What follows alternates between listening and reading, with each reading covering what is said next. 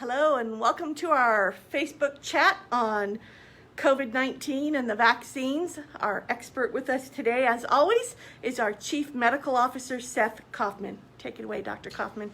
Good morning, everybody. Thanks for joining today. As always, I'll start with a few numbers. We mentioned 2 weeks ago when we last met that we'd be continuing to focus on the vaccine today. Overwhelmingly, those are generally the questions we're getting. So I'm going to spend a few minutes just talking about the vaccine and some of our numbers in the county, and then we'll go right into your questions. Let's talk about the status of the county. We can talk a little about the status of NorthBay also in regards to COVID cases. We do believe at this stage that we've reached our peak, and we're kind of starting to go down in terms of the number of cases we have in the hospital, cases we're diagnosing in our urgent care and other environments. So now whether that's a blip or whether that's really we're kind of starting towards, we've reached our kind of peak on the spike and we're heading down is hard to know at this stage.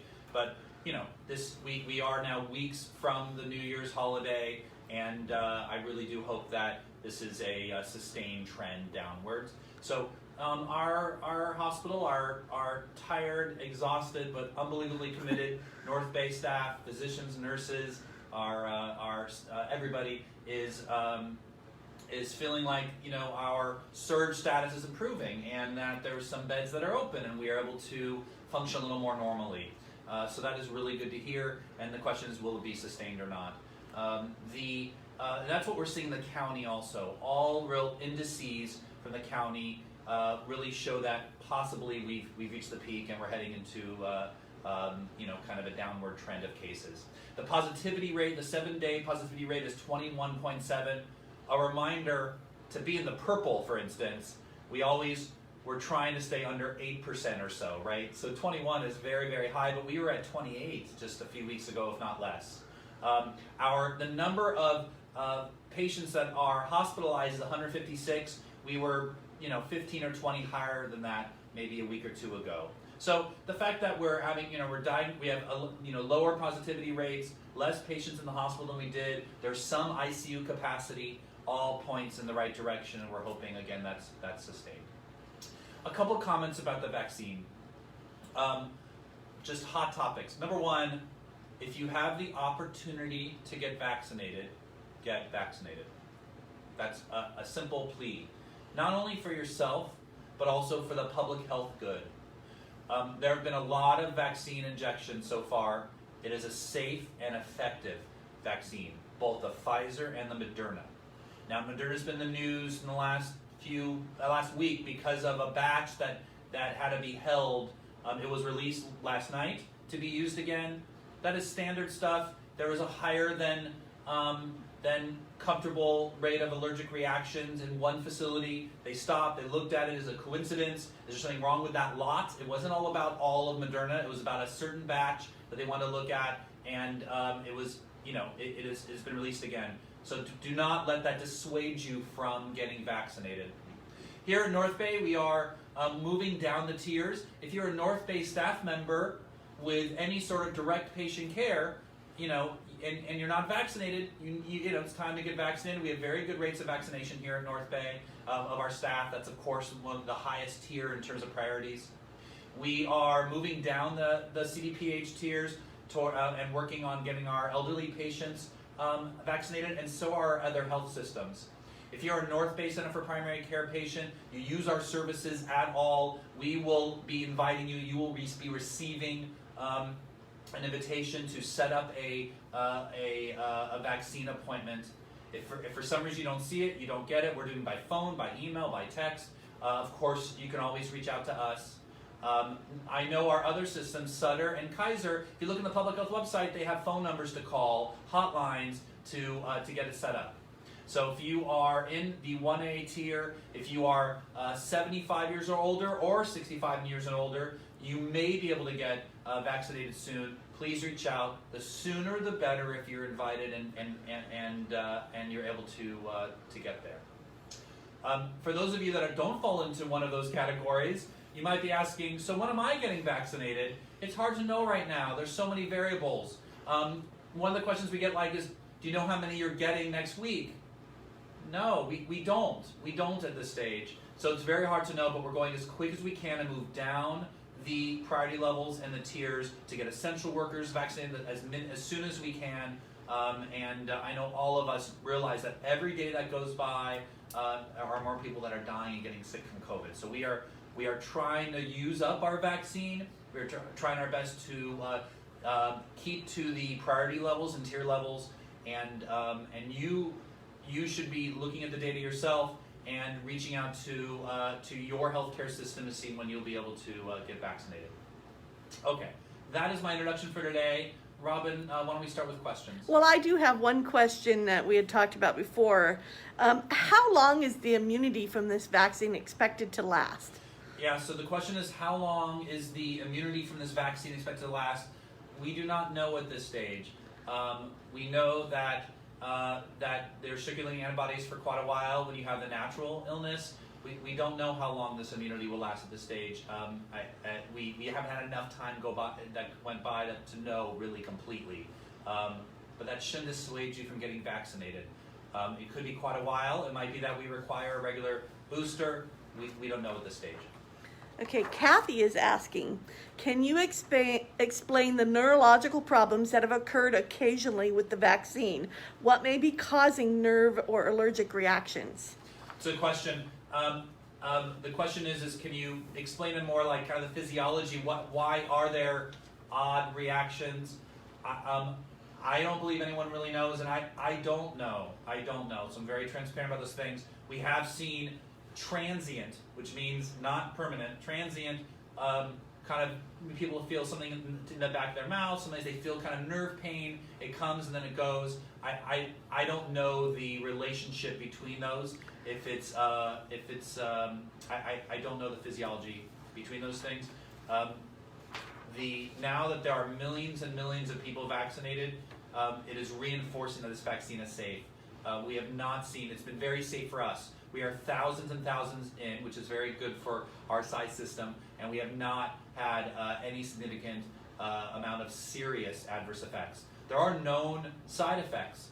People get headaches and fevers and body aches. They feel like they have the flu for about a day. That is known. That was in the phase 3 trials, but it resolves. It goes away. And can you say how much immunity you get after the first dose? I mean, why do you have to have a second dose? I see, yeah. Okay, so the question is how protected am I after the first dose? There's a lot of numbers out there. So for the Pfizer vaccine, as an example, after the first dose, 7 days, after the first dose, around there, if I'm off by a day or two, I'm sorry, the study quoted 54% protection. So you're kind of, protected, you were halfway protected from getting the vaccine, and then going to get 95% after a week after the second dose.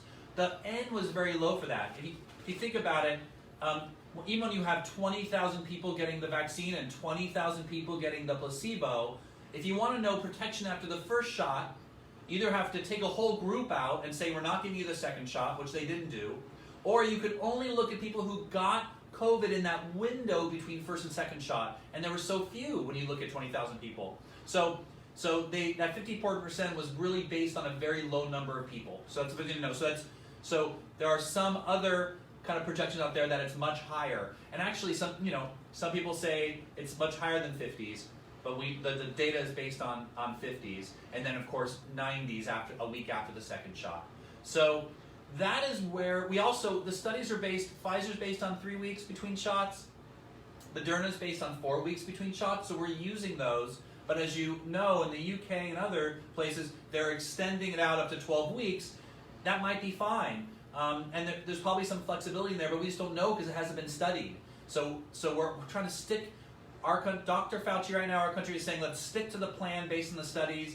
But one shot might give you a decent amount of immunity for a while. We don't know. We know that you're 95% protected a week after the second shot for Pfizer. Moderna is around the same numbers too. I just can't remember if it's 10 days after, but it's pretty similar.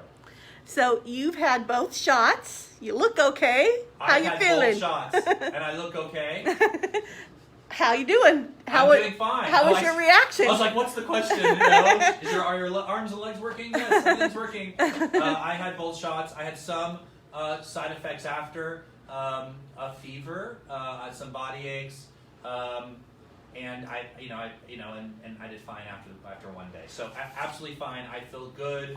I feel protected. Now you might be saying, so aren't you just ripping off your mask and running around and planning trips and hugging your family? No, I'm not. And that I think stops people from getting vaccinated. They're like, wait a second, it's not going to change my lifestyle. So why would I do that right now? And the answer is, it probably will soon. So get vaccinated.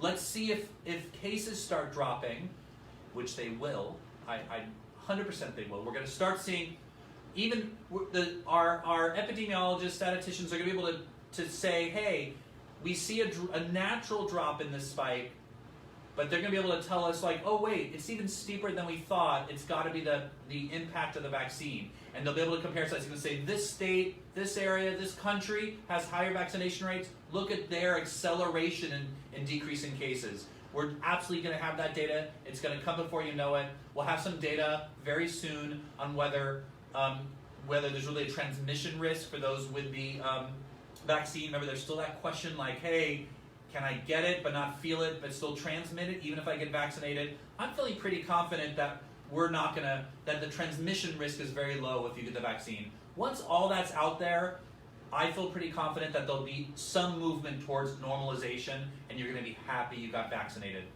But I went off there. You got to continue wearing a mask, continue distancing. Let's get more people vaccinated, get some data on there on where we are, and let our experts weigh in on when we can start kind of loosening those criteria, especially for those that got vaccinated. Now, Johnson & Johnson has a vaccine as well. They do. Well, how's it different from the other ones? Yeah, the Johnson & Johnson vaccine, I'm just starting to learn about. It is a single injection. Beyond that, I will have to come back and give you the full lowdown. I want a little more data, and then I'm happy to come back and give you the full lowdown on that vaccine a little closer to when it comes out. Okay. Will we need to get vaccinated annually with this? Will we need to be vaccinated annually for this? Goes back to the same question as how long does immunity last? I don't know. And there's studies out there. I don't think anyone really knows. So if people are saying something, they're really basing it on fairly limited data. So I don't think we know yet. I will say that there's going to be a lot of things that come out. It's hard to think about right now. But out of this pandemic, there's going to be a lot of wonderful things that come out of it. This has accelerated the use of technology in healthcare, as an example. And all of us are tired of Zoom, right? But the value of video visits, the value of what we say plugins for things like vital signs and testing and things like that, things you can do out of your home, has been out there for a decade, if not longer, and this has accelerated that as one example of a positive.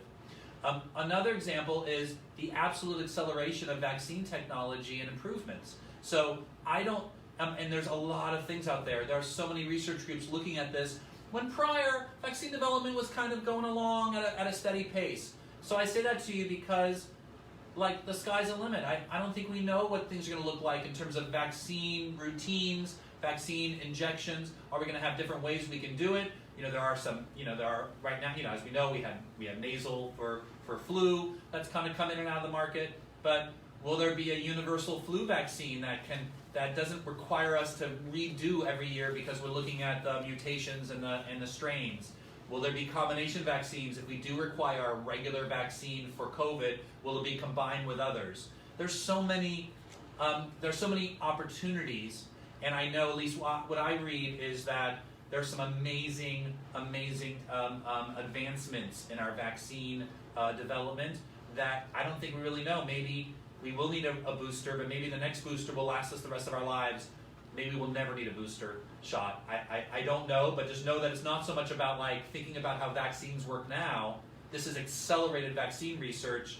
Who knows? I mean, it's unknown in terms of how even our regular vaccines will be used. There's a lot of advancements out there.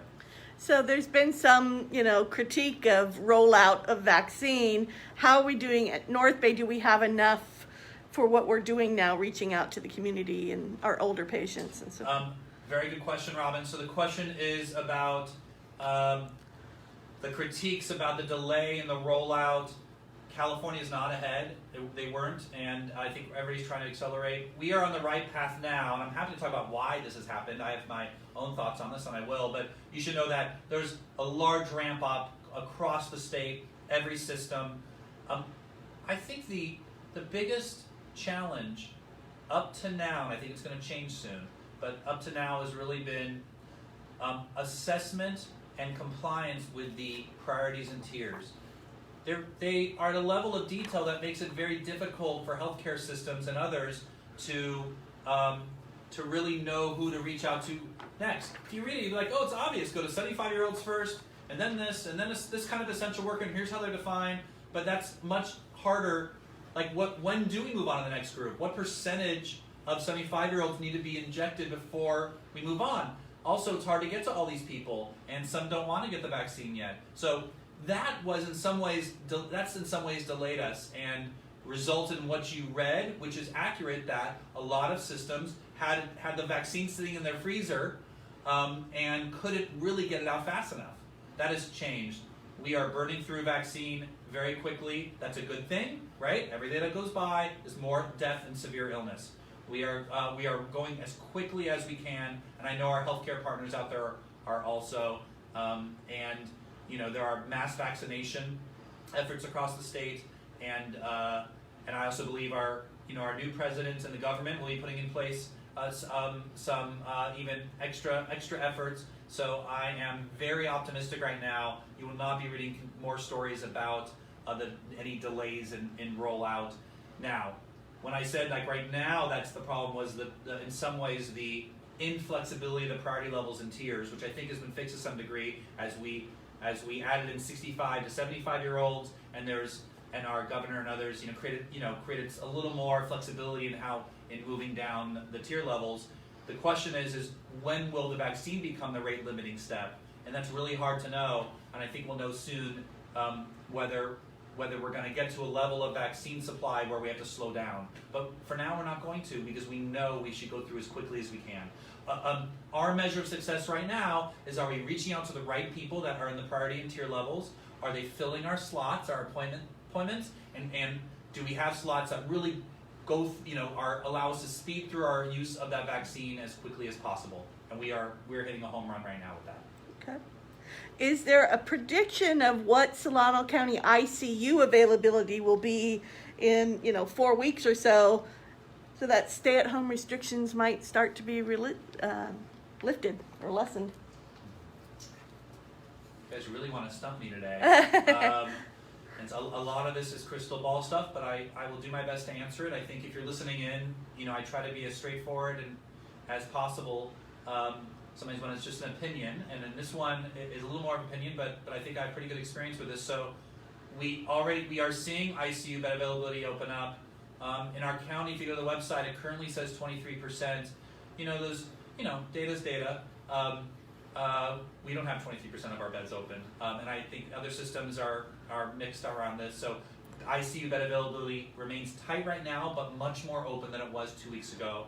I think, thinking about our previous spikes, the amount of time we're away from, the holidays, where we had data on how many people were flying, we know people were having major multi-generational gatherings. I think we'll continue to see improvement right now.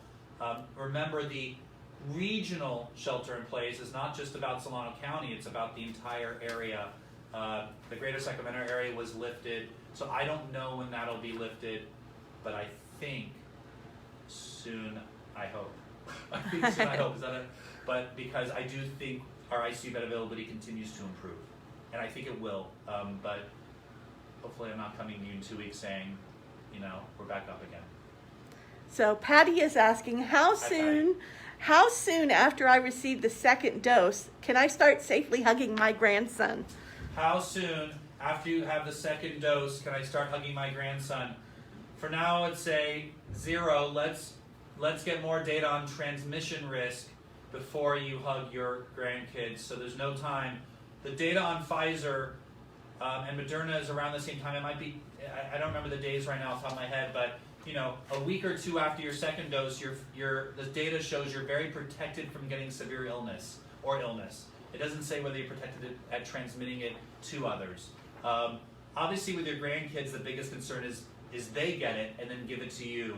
And I would say I believe in the vaccines, and I think you're fairly protected. And if that helps you decide when it's best for you, then that sounds good. At this stage, CDC and others are saying we're not ready to make any changes to our social distancing and mask wearing rules, because we want to continue to protect everybody. Okay, this person is asking, how does a healthcare worker who is a NorthBay patient get on the list for vaccination? So they're a healthcare worker, but they get their personal health care. You are you fall under 1A, and so you are eligible right now, and we should be reaching out to you. Right now. So we need to get you, But what if they're not 70, 65 or up? But they're a healthcare worker. Okay. If you have direct patient care, and if you're a healthcare worker, and it's a little more specific than that, but with any potential for interaction with patients that may have COVID, then you qualify right now, and we will get you vaccinated.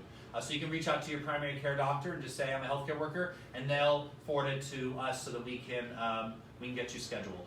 Because we are doing community partners as well as patients. We are doing community, so that is by invitation only, and I'll tell you why. So Robin just mentioned our community partner clinic. On top of just doing our own patients, we of course are doing our best to get around the county. And so with our healthcare partners, we're kind of dividing and conquering and doing different groups and trying to get around to everybody. So as an example, we spent the good portion of last week vaccinating our dental clinics, the staff at our dental clinics, irrelevant of whether they're NorthBay patients or not. And so as an example, so we are choosing groups, but it's not just anyone who can reach out, whether they're NorthBay or not, and sign up for vaccination if you're an essential worker. We are going through the tier list, and there's a limit on how many we can do on a day, right? We have all our staff working on it, but there's a limit. So it is called our community partner clinic. It's not a NorthBay patient effort, but it is by invitation only. If you're a NorthBay patient, you're a healthcare worker, please reach out to your primary care doctor, and they will forward, and we'll get you signed up. Okay. So is it safe if you are pregnant to get this shot? The recommendation right now is to talk about with your OB.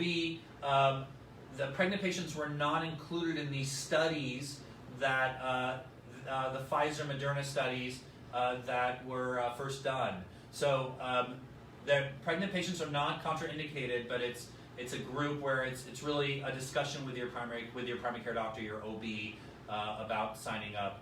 The overall recommendation generally is to get vaccinated, but I think that's a really discussion with your OB. Okay. If I've already had COVID, do I need the vaccine? So you were infected with COVID. If you're not actively infected with COVID, and by that definition, it means you're out of your isolation period, whether you feel ill or not.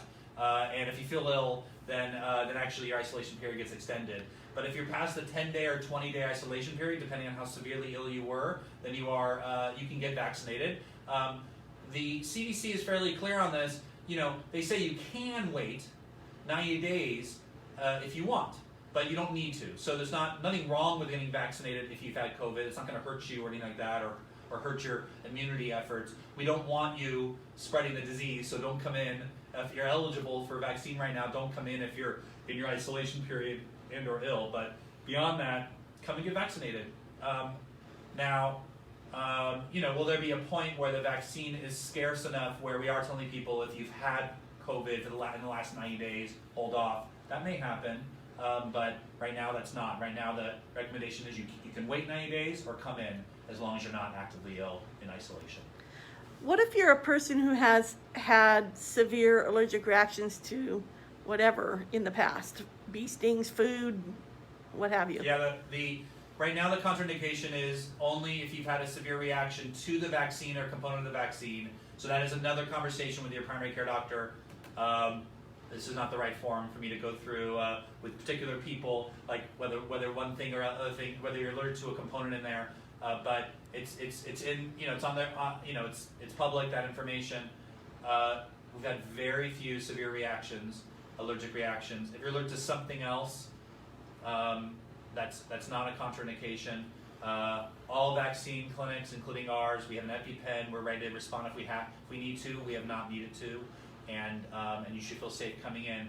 Always remember, everything in medicine is really, there's a risk and a benefit to everything we do. That's why, medical school took a long time. Residency took a long time. Your doctor, whenever they're evaluating you and thinking about what to do, they're always thinking about, does this benefit you? What's our goals for your care? Is this worthwhile? Is there a risk? There's a risk to every medication, every injection, and everything. I say that all to you because as you think about, like, I get severe allergic reactions to certain things, getting COVID really is bad. Really is bad. There's a chance, depending on who's listening, there's a chance you'll have very little illness. Maybe you don't even know it, you're asymptomatic, but there's a portion of people, much higher than the portion of people who get flu, a portion of people who get very, very ill. And then there's a good, there's a percentage of people that die, and you know that, and you all know that. We all read the news, you all read the numbers. So all I'm saying to you is, you think about, gosh, I have a severe allergic reaction. Think about getting COVID as the other side of it. So I really am recommending strongly, unless you have a direct anaphylaxis, severe reaction to the first vaccine, or a known reaction to a component of the vaccine, I would sign up if you're eligible. Okay. I'm not seeing any new questions coming in, and we're just about done anyway. The next date for our chat will be February 4th, I believe. Join us on February 4th. 10 a.m. 10 a.m. I'll see you here. Thanks for joining.